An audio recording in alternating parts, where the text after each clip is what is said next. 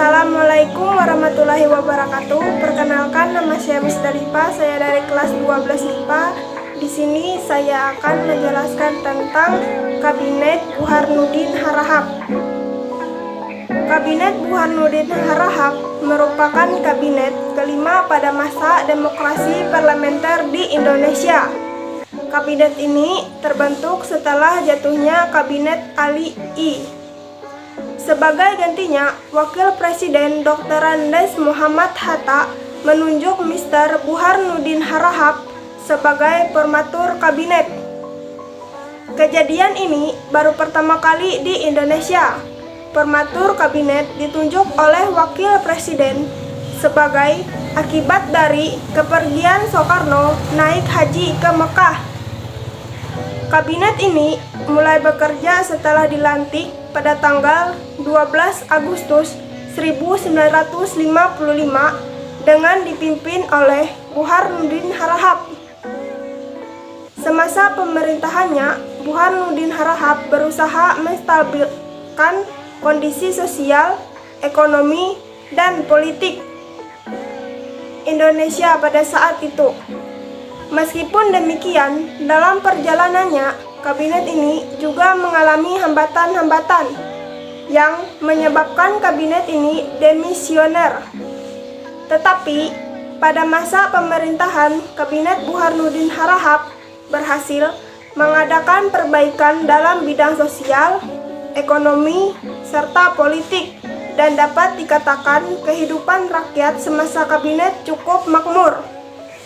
Burhanuddin juga berhasil menyelenggarakan pemilihan umum dan berhasil mengembalikan kewibawaan pemerintah terhadap Angkatan Darat dan masyarakat. Burhanuddin Harahap berhasil mengatasi masalah inflasi, yaitu dengan jalan mengadakan penghematan keras dalam banyak pengeluaran, terutama pengeluaran rutin yang berlebihan, menyempurnakan penerimaan pajak dan memperbaiki cara-cara dan dasar pemungutan. Terus berlangsungnya serta dipegang teguh peraturan yang telah berjalan mengenai pengawasan preventif oleh pihak Kementerian Keuangan. Selain itu, Burhanuddin juga mengadakan perbaikan ekonomi, termasuk di dalamnya menekan harga barang-barang, baik harga barang impor maupun harga beberapa macam barang-barang dalam negeri yang merupakan kebutuhan sehari-hari, serta berhasil mengatasi masalah korupsi dengan jalan menindak dan menjebloskan ke penjara bagi siapa saja yang melakukan tindakan korupsi tanpa pandang bulu. Burhanuddin juga berhasil mengembalikan citra pemerintahan di mata Angkatan Darat dan masyarakat. Kabinet Burhanuddin juga berhasil melaksanakan pemilihan umum yang pertama kali di Indonesia yang berjalan dengan aman, tertib, dan demokratis. Akhirnya kabinet demisioner pada tanggal 3 Maret 1956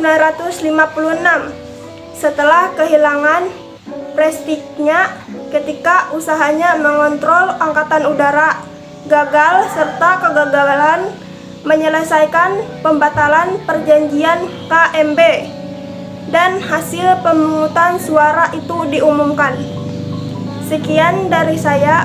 Wassalamualaikum warahmatullahi wabarakatuh.